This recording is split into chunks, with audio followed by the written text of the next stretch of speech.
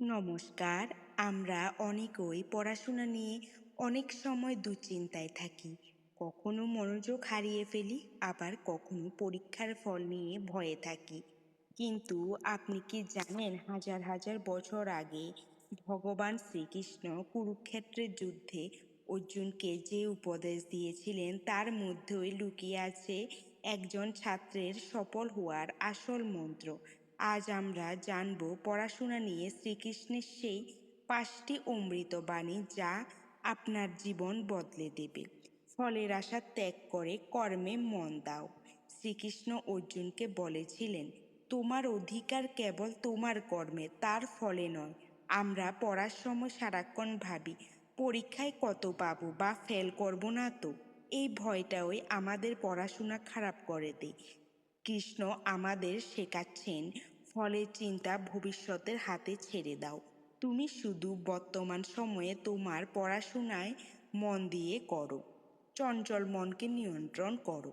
অর্জুন যখন বলেছিলেন যে মন বাতাসের মতো চঞ্চল, তখন শ্রীকৃষ্ণ হেসে বলেছিলেন, মন চঞ্চল হওয়াটাই স্বাভাবিক, কিন্তু তাকে বারবার ফিরিয়ে আনতে হয়। আপনার যদি পড়তে বসে ফোনের কথা মনে পড়ে বা অন্য চিন্তা আসে, তবে হাল ছাড়বেন না। বারবার অভ্যাসের মাধ্যমে মনকে বশ করা সম্ভব। আজ হচ্ছে না, কাল ঠিক হবে, এই ধৈর্যই হলো আসল শক্তি।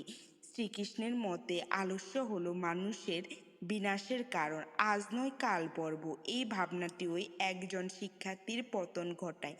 কৃষ্ণ শিখিয়েছেন, যে ব্যক্তি নিজের আলস্য জয় করতে পারে, সাফল্য তার কাছে নিজে এসে ধরা দেয়।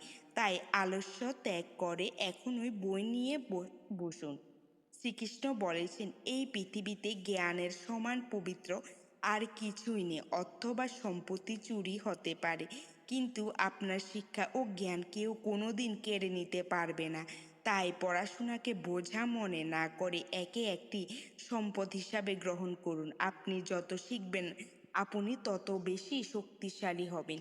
শ্রীকৃষ্ণ অর্জুনকে বলেছিলেন, নিজের উপর বিশ্বাস রাখো। আপনি যদি মনে মনে ভাবেন আপনি পারবেন না, তবে পৃথিবী উল্টে গেলেও আপনি পারবেন না। কিন্তু যদি বিশ্বাস থাকে যে আমি পারবই, তবে স্বয়ং ঈশ্বর আপনাকে সাহায্য করবেন। নিজের পরিশ্রমের উপর বিশ্বাস রাখাটাই হলো সবথেকে বড় প্রার্থনা। অর্জুনের মতো আপনার জীবনের লড়াইয়েরও সারথি হয়ে শ্রীকৃষ্ণ সবসময় আপনার পাশে আছেন। শুধু দরকার আপনার একটু পরিশ্রম আর একাগ্রতা। আজকের এই বাণীগুলি আপনার কেমন লাগলো কমেন্টে অবশ্যই জানান। ভালো লাগলে ভিডিওটি বন্ধুদের সাথে শেয়ার করুন এবং চ্যানেলটি সাবস্ক্রাইব করে পাশে থাকুন। ধন্যবাদ। রাধে রাধে।